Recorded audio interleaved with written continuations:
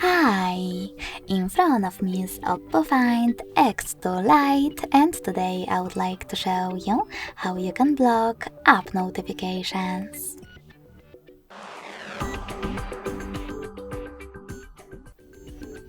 You need to begin by going into Devices Settings and scrolling down just a bit to access Notifications and Status Bar. Now scroll down again and tap on Recent, located next to App Notifications.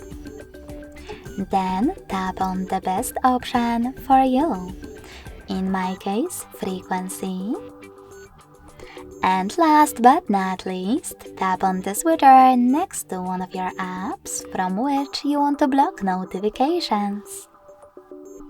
You can switch them back on the same way. If you want to, you can also just tap on one of your apps located on the left and then click on the switcher next to allow notifications to switch them off or on.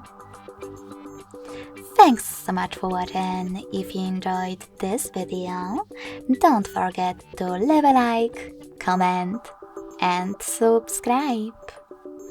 Bye!